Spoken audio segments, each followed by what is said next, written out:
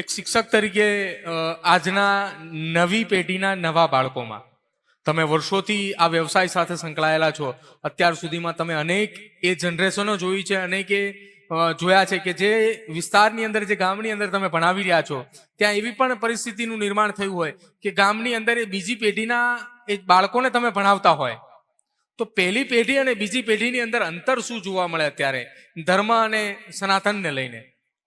Generation gap દેખાય, હા. 100% દેખાય, પણ એની સ્વરૂપ બદલાય છે. પણ જે આસ્થા અને શ્રદ્ધા, મારી પહેલા જે સંતો એને પૂર્વે કીધું, એ ફેરવાતી નથી. પણ એ જે અગાઉની પેઢીઓ જે ધર્મ પ્રત્યેની જે રુચિ હતી, એ શ્રદ્ધા અને આસ્થા તો નવી પેઢીમાં છે જ.